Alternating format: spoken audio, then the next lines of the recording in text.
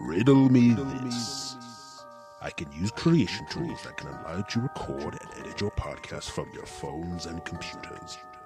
I can distribute your podcast so it can be heard on all the major listening platforms such as Spotify and Apple Music.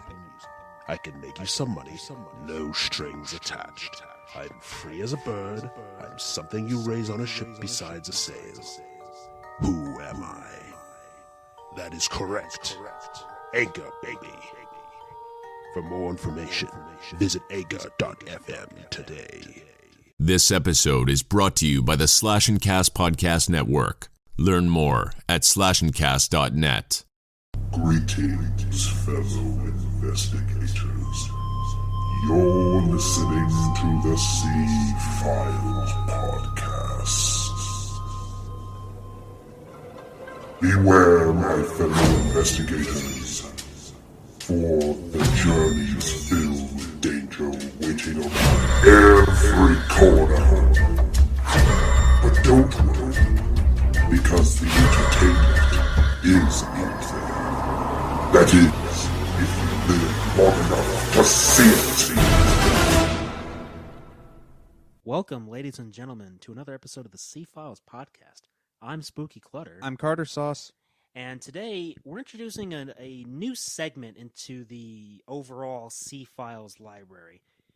Yesterday, me and Carter were discussing what the next episode would be, and Carter came up with the brilliant idea of a series that was like fantasy football, but without the football, and instead would have horror and sci-fi characters. And the name is Horrify Showdown series. The basic premise is that two teams will either team up or go against each other in a predetermined scenario. And we'll discuss the individual characters' strengths and weaknesses, and we'll discuss what they fight, how they fight, and what the ultimate goal of the scenario is. So, first thing we're going to do is discuss our individual characters, and what we've done is we've each chosen 6 characters to be on our teams, and we'll discuss their stats a little bit and a brief little synopsis of their history, and we're going to then tell you guys about our little scenario that we've created. So, Carter, you want to go first? Thank you, I'd love to. Number 1 on my list, we got Ash Williams from Army of Darkness. Then we got Sarah Connor from Terminator 2, Judgment Day. Tommy Jarvis from Friday the 13th, Part 6. Buffy Summers from Buffy the Vampire Slayer. Tommy Oliver / the Green Ranger from Season 1 of Mighty Morphin Power Rangers.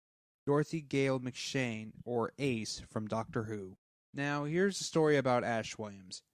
Ash was a normal guy when a romantic outing to a cabin in the woods up in the mountains turned into a real nightmare. Not to mention, he got sent back to the past of the Dark Ages. Now, he must retrieve the Necronomicon and get back to the future. Now, our next contender is Sarah Connor, who is the mother of John Connor, the future leader of the human resistance against the machines in Skynet. With knowledge of Terminators and their mission to kill her son, she has transformed herself from a helpless woman of the 80s into a badass woman with a mission to protect her son and prevent the titular Judgment Day. Now, Tommy Jarvis. He was a boy when Jason Voorhees killed his mother and a group of teenagers that were renting his summer house, but only suffering from PTSD.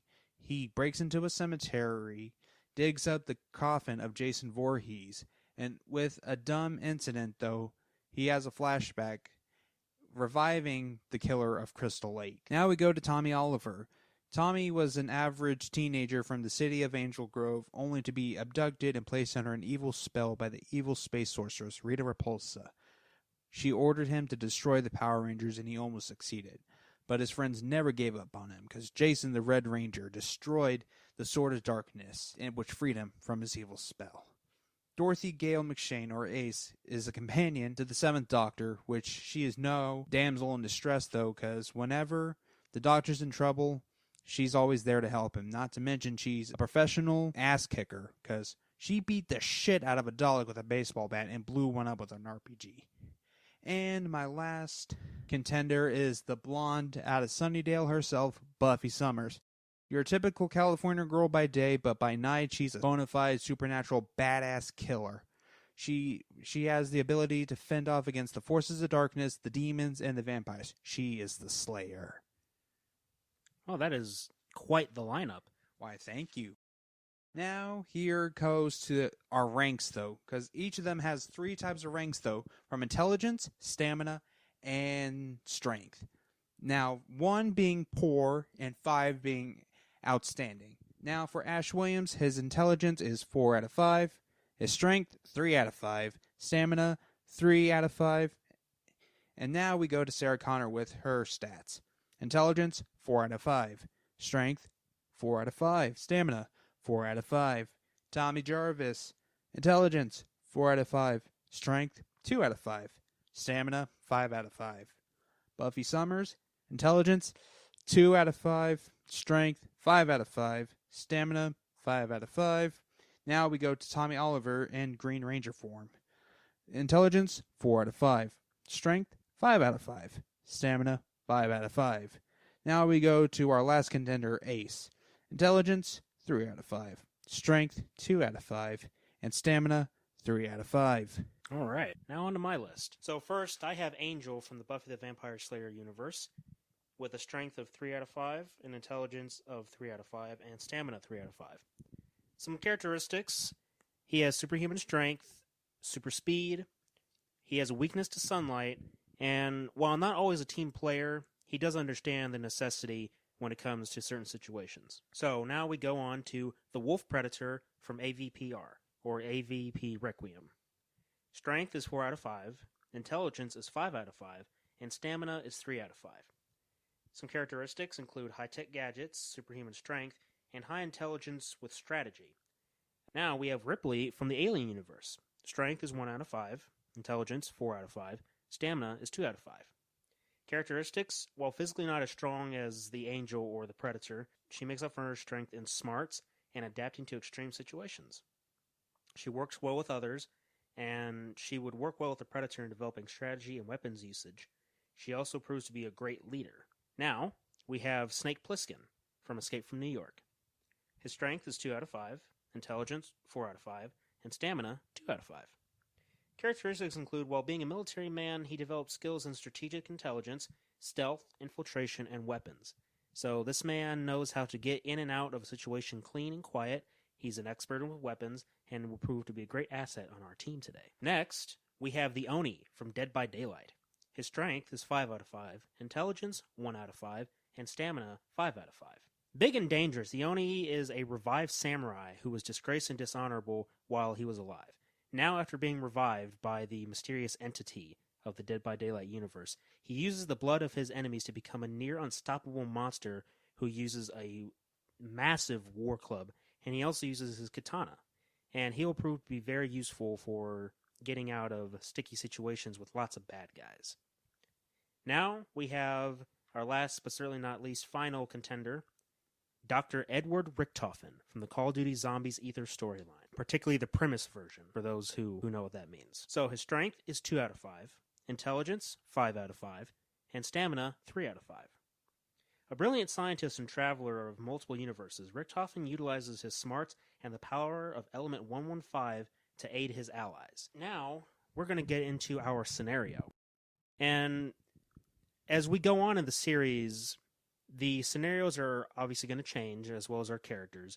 And many times what we're going to do is we're going to tailor the scenario based off of the characters that we've chosen, or vice versa. We're going to choose the scenario, and then based on that scenario, we're going to choose our characters. This is so we don't have some kind of unbalanced nightmare of, for example, having our characters thrown into a mall facing zombies like in Dawn of the Dead, only to have Godzilla on your team who could destroy zombies with just the flick of his wrist, essentially. So, for the sake of balance, we're going to put an emphasis on making sure the scenario is right for our characters. All right, so Carter, would you like to lead us into this daring mission in general? I would love to. So here's the drill. A castle in Europe besieged by the Waffen-SS soldiers in Group 935. The German doctors have found a way to return their fallen comrades to the front line. They're using steam power, clockwork, and Element 115. Now, Element 115 is very, very dangerous, though. It can even turn bring the dead back to life, though. But somehow they've managed to perfect it to where they could revive their fallen comrades. Not only did they perfected it, but they also have a really super soldier called the Eisenkoloss. In German, that means Iron Colossus. Our team's objectives are to infiltrate the castle, kill the Waffen-SS and revive soldiers, destroy the Eisenkoloss, and retrieve the research. All right, that is one hell of a mission, isn't it? Indeed it is. This ain't no walk in the park, buddy. So the way we wanted to tailor this is we want to start out with a bit of infiltration and spying, if you will, kind of like some of the old James Bond movies or spy movies of getting into a highly secure base or a castle in this case and take out any bad guys that are lingering around, and then we're going to make some noise. So the first thing we're going to do is we're going to have our Green Ranger, Tommy Oliver, go in and take out a few guards and get to the security room where you have the security camera control hub. From there, Tommy Oliver is going to destroy those cameras so our boys and girls can't be spied on while we go throughout this dangerous castle. From there, what are we going to have? We are going to have Richtofen, the doctor, provide the Oni with blood to supercharge him up. And once he is supercharged, while that's going on, we go to our team of explosive experts, Sarah Connor and Ace.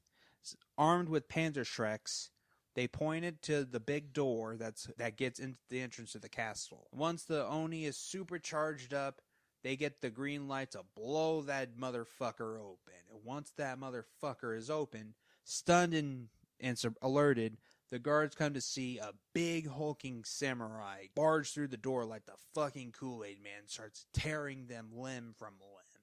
Oh yeah. Right?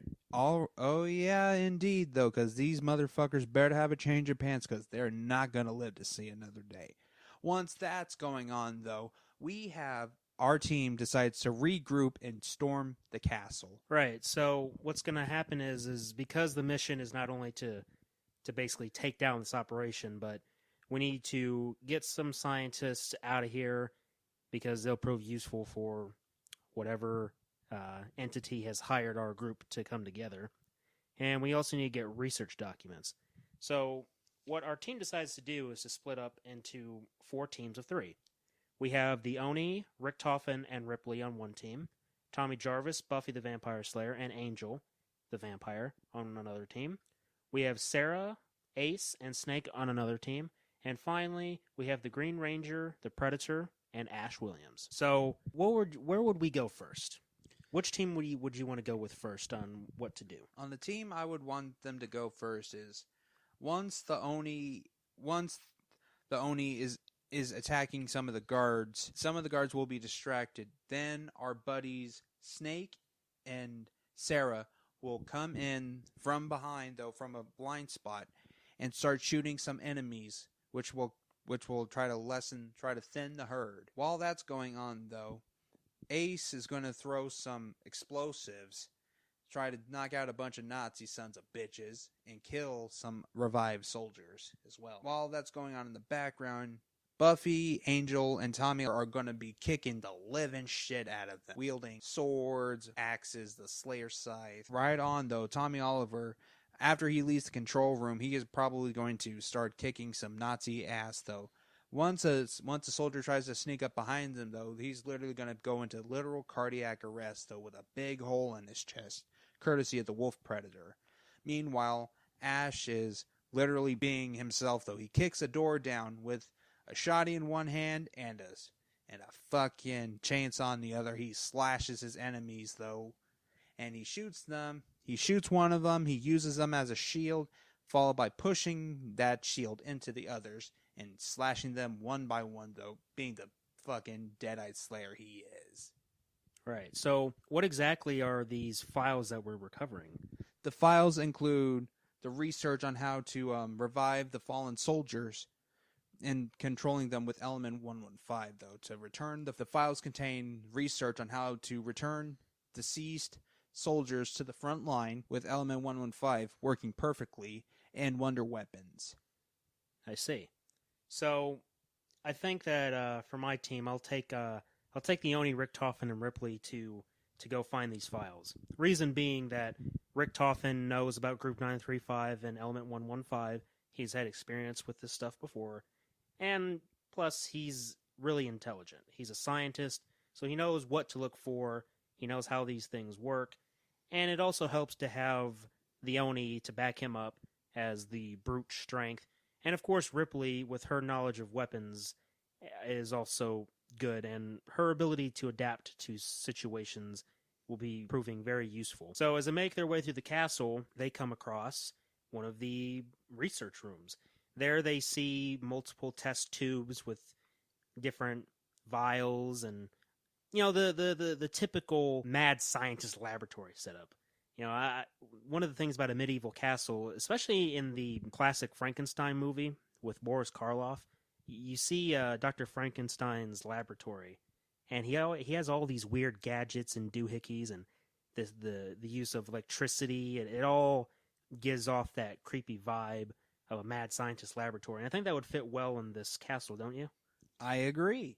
Right. So from here, they collect some research papers, but they find out that this is only one part of the research and that the rest of the research is located elsewhere. And from there, we're going to switch to Sarah, Ace, and Snake. With ammo running low on their weapons, they improvise with explosives, though. Ace takes out a group of soldiers, of Waffen SS soldiers, like a bowling pin with another shot of her Nitro 9, a homemade explosive of her own creation. With some of those soldiers dead, they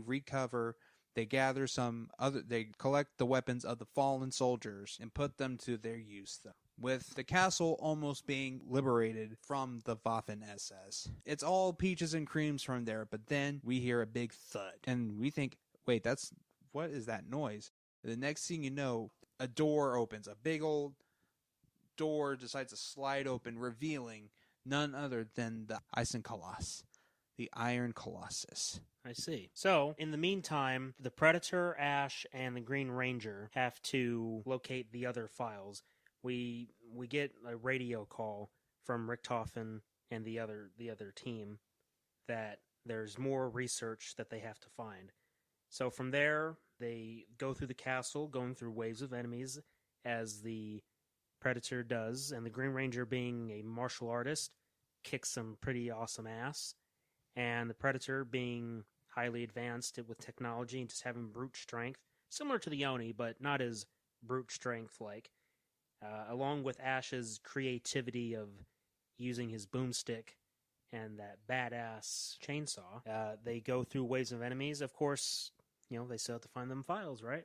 Yes, they do. But when they find the files, they are greeted to a grisly sight, though. It turns out that the scientists had a plan, though. In case that they were ever captured, they decided to kill themselves. Not by gunshots, though, but by cyanide pills. And what happened to the research they had? Did they the research that they had, though, was almost destroyed, though. It happens to be that it was locked in a filing cabinet, though, that was almost destroyed. How was it almost destroyed? It was almost destroyed by an experimental blast, though. An experimental blast? Did I say experimental blast? I meant a plasma caster blast. So the Predator tried to shoot the files? He tried to shoot the files. He tried to shoot the cabinet open, though, which was not a smart thing to do. But why? Because it turns out, though, that the key was literally out the window. It appears that one of the scientists realized, oh shit, I have the key. I can't let them get this. And smart and stupidly, literally, oofs, like, yay! Throws the keys out the window so they can't retrieve it. So how do they get the file? They shoot the lock off. They shoot the lock. So you're saying that the plasma caster didn't damage the filing cabinet enough to open it? Not enough, though. But why? That's a good question, though, but not for another time, though. So, meanwhile, while they're trying to figure a way to get that open, though, but it turns out there's another problem, though. While the Eisenkolossus is appeared, though, it turns out, though, that Richtofen has found research about the Eisenkolossus, about what they were building, but they didn't specify on how to destroy it, though. So, while that's going on, though, Richtofen communicates with the Predator, telling him that there's literally a big foe that's taking on the Oni, and he needs help. Like, you need to figure out his Achilles heel. So the Predator leaves while Tommy and Ash try to figure a way to get the safe open. Okay. So after the Predator arrives in this room where the Oni and the Iron Colossus are fighting,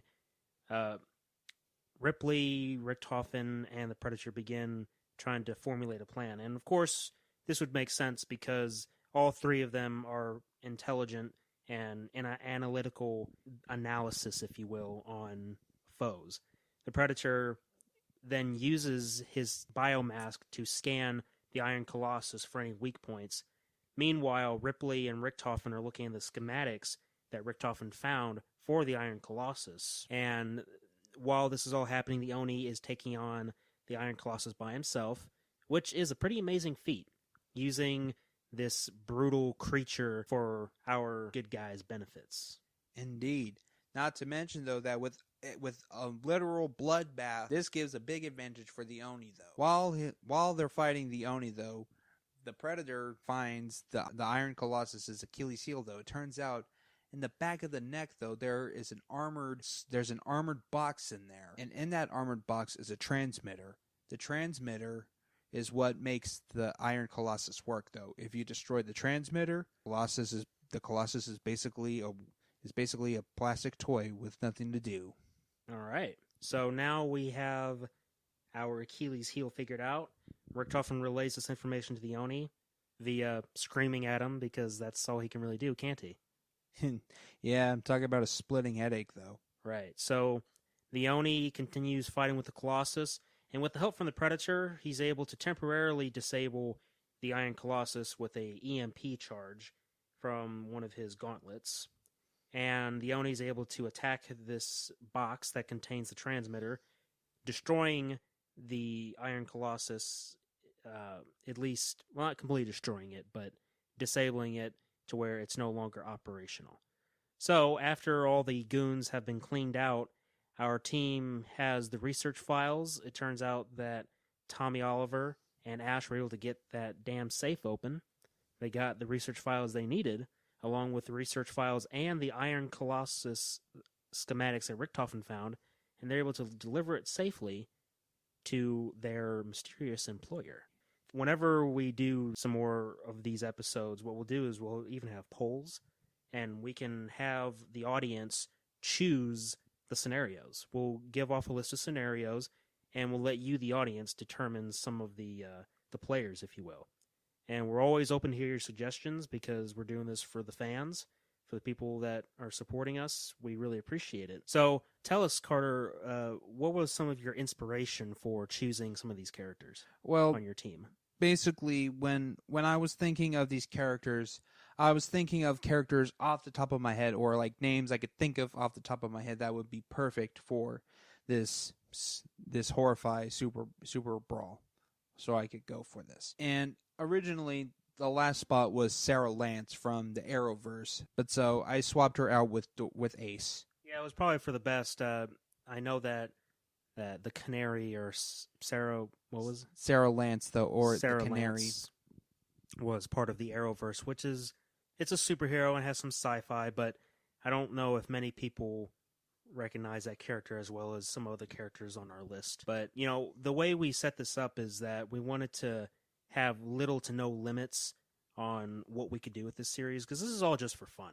You know, we're coming up with this on the top of our heads, and next time we're going to be a little bit more with a better foundation, and we'll probably even have a script for it, just to make sure that we can stay on topic and not be rambling off too much, because, you know, again, you know, this is our imagination. We're just coming up with this at the top of our heads. Of course, it's also very useful to have a formula and a direction of where to go. But this is just something that we decided to come up with because we wanted to give a little bit of spice and flavor to the C-Files podcast and follow up with it. And we'll have other ideas as time goes along. But we figured now would be a good time to add in some new stuff, just to to spice it up. And the plan is to have this every other week, preferably on a Friday.